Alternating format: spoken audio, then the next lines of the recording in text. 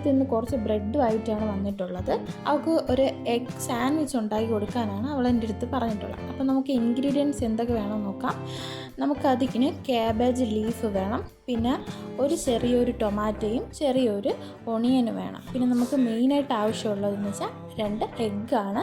പിന്നെ ആവശ്യത്തിനുള്ള കുറച്ച് ഉപ്പും നമുക്ക് അതിലേക്ക് ചേർക്കാം. ആദ്യമായിട്ട് നമുക്ക് പാൻ വെച്ച ശേഷം കുറച്ച് ഓയിലിടാം.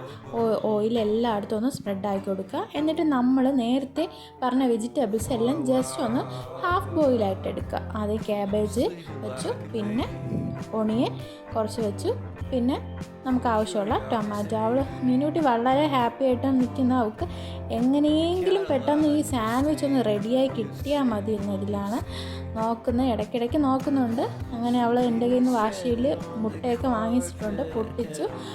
അവൾ പൊട്ടിച്ചപ്പോൾ കുറച്ച് പുറത്തൊക്കെ പോയിട്ടുണ്ട്.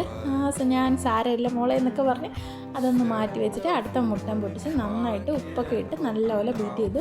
അവൾക്ക് ഞാൻ ഇടയ്ക്ക് ബീറ്റ് ചെയ്യാൻ കൊടുത്തു. അവൾ നന്നായിട്ട് ബീറ്റ് ചെയ്യുന്നുണ്ട്. അതിൻ്റെ ഇടയ്ക്ക് നമുക്ക് പാനിൽ കുറച്ച് ഓയിലും കൂടി ഇട്ട് നന്നായിട്ടൊന്ന് മിക്സ് ചെയ്തെടുത്തിട്ട ശേഷം നമുക്ക് ഈ ബീറ്റ് ചെയ്ത എഗ്ഗിനെ ആ പാനിലേക്ക് നമുക്ക് കുറച്ച് ഒഴിച്ച് കൊടുക്കാം. ഫുള്ള് ഒഴിച്ച ശേഷം കുറച്ച് നേരം അതൊന്ന് അങ്ങോട്ടും ഇങ്ങോട്ടൊന്നും ആക്കി കൊടുക്കുക. എല്ലായിടത്തും ഒന്നും ആയ ശേഷം അടുത്ത് എന്ത് വേണമെന്ന് മീനൂട്ടി ആലോചിച്ചിട്ട് മീനൂട്ടി പറയാം ബ്രെഡ് വയ്ക്കുക. ബ്രെഡ് അങ്ങനെ ബ്രെഡ് വേണം നമുക്ക് രണ്ടാമത് ആ എഗ്ഗിൻ്റെ മുകളിലേക്ക് വയ്ക്കാൻ. എന്നിട്ട് കുറച്ച് നേരം അതൊന്ന് വേവിക്കാൻ വേണ്ടി വയ്ക്കുക. നമ്മൾ തീ കുറച്ച് വെച്ച് കൊടുക്കുക, കാരണം എഗ്ഗ് കരിയാൻ പാടില്ലല്ലോ. അപ്പോൾ ഞാൻ രണ്ടാമത് വെജിറ്റബിൾസൊക്കെ എടുത്തിട്ട് മീനൂട്ടിയോട് ചോദിക്കുക ഇതൊക്കെ വയ്ക്കട്ടെ. അപ്പോൾ അവൾ പറയണം വെച്ചോ പെട്ടെന്നാവട്ടെ. അപ്പോൾ ഞാൻ ഓണിയനും ക്യാബേജും നേരത്തെ പറഞ്ഞ പോലെ ടൊമാറ്റോ ഒക്കെ വെച്ചിട്ടുണ്ട്. അവൾക്ക് പക്ഷേ ഇതൊന്നുമല്ല മെയിനായിട്ട്, അവൾക്ക് ടൊമാറ്റോ സോസ് ഇല്ലാതെ അവൾക്ക് ഒന്നിനും പറ്റത്തില്ല. സൈഡ് ഡിഷായിട്ട് അത് വേണം. അപ്പോൾ ഞാൻ ഇതെല്ലാം വെച്ച ശേഷം അവളുടെ ഇഷ്ടമല്ലേ എന്ന് കരുതി ടൊമാറ്റോ ഓണിയൻ എല്ലാം വെച്ച ശേഷം ഞാൻ സോസും കൂടെ ജസ്റ്റ് അതിനകത്ത് ഫില്ല് ചെയ്തിട്ടുണ്ട്. എല്ലാം വെച്ച് ഫില്ല് ചെയ്ത ശേഷം ജസ്റ്റ് ഒന്ന് മടക്കിയെടുക്കുക.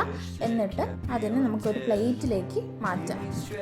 മീനൂട്ടിക്ക് നല്ല സന്തോഷമായിട്ട് ഇരിക്കുന്നുണ്ട്.